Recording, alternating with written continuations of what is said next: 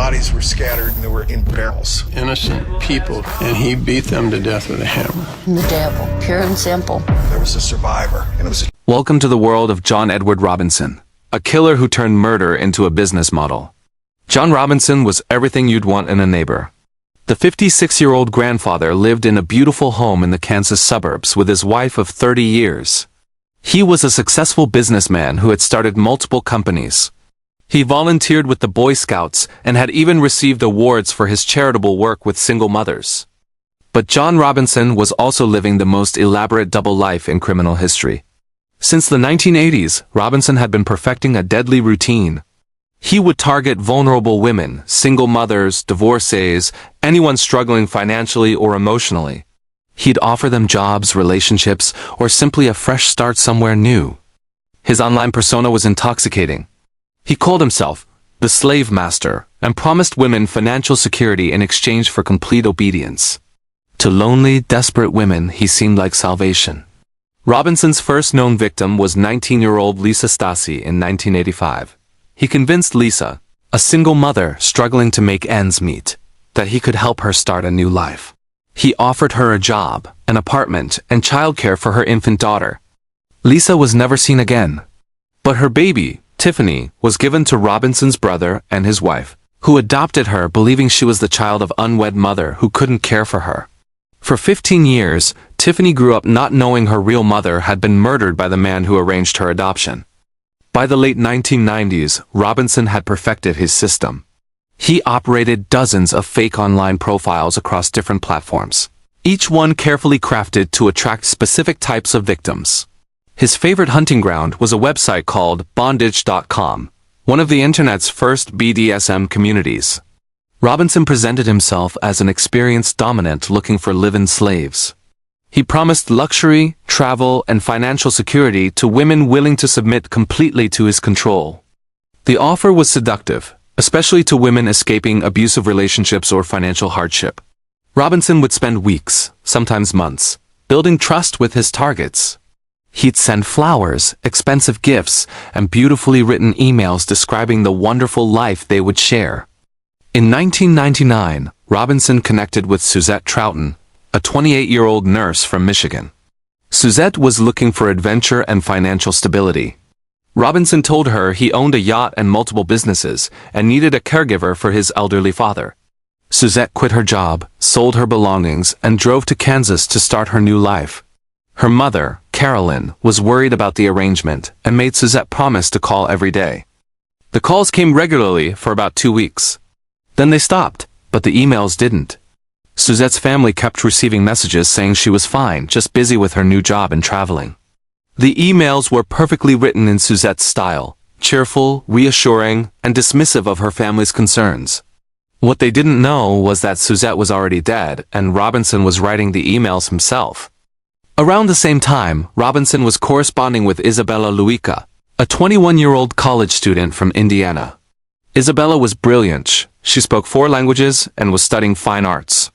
But she was also naive and eager to experience life beyond her small college town. Robinson convinced Isabella to move to Kansas, promising to help her transfer to a better university and pursue her artistic dreams.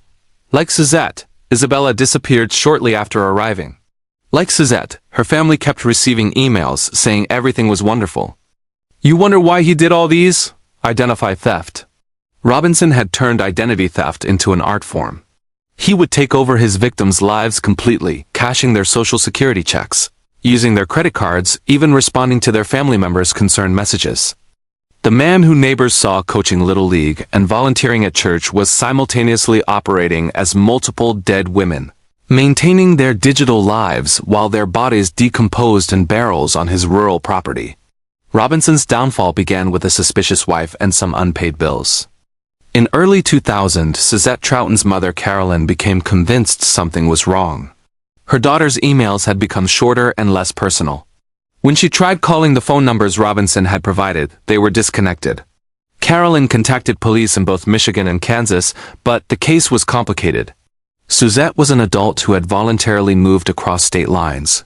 She was sending regular emails saying she was fine. What crime had been committed? But Detective Jake Boyer of the Lenexa Police Department had dealt with John Robinson before.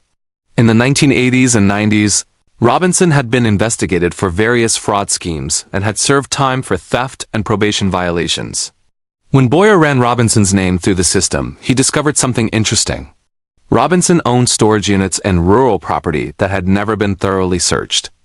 On June 2, 2000, police executed search warrants on Robinson's farm in La Signa, Kansas, and his storage facilities in Missouri. What they found was beyond their worst nightmares. In 2 yellow barrels on Robinson's property, they discovered the decomposed bodies of Suzette Troughton and Isabella Luica. Both women had been beaten to death with a hammer. But the horror didn't end there.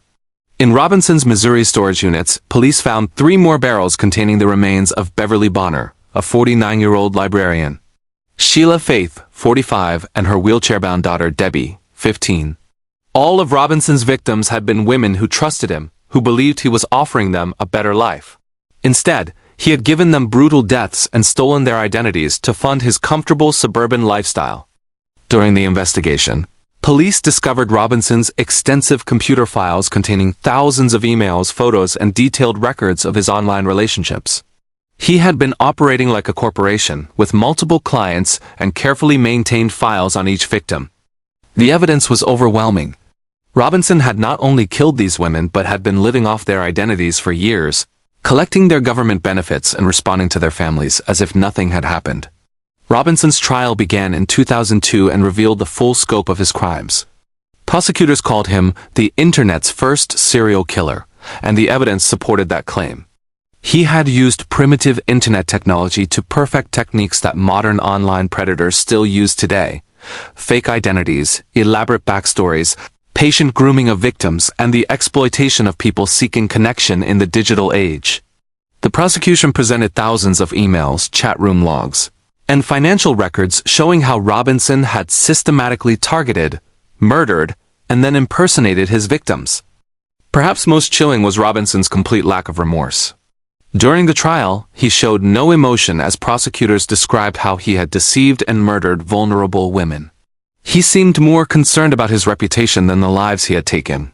The jury found Robinson guilty on multiple counts of capital murder. He was sentenced to death in Kansas and life imprisonment without parole in Missouri. But Robinson's story didn't end with his conviction. The case became a landmark in digital forensics and online safety awareness. Law enforcement agencies worldwide studied Robinson's methods to understand how predators operate in cyberspace. Today, at age 80, Robinson sits on death row at El Dorado Correctional Facility in Kansas, still maintaining his innocence despite overwhelming evidence.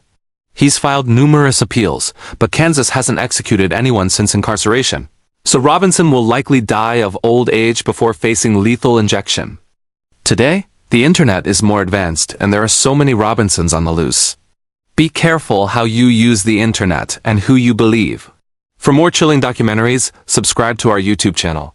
See you in the next video.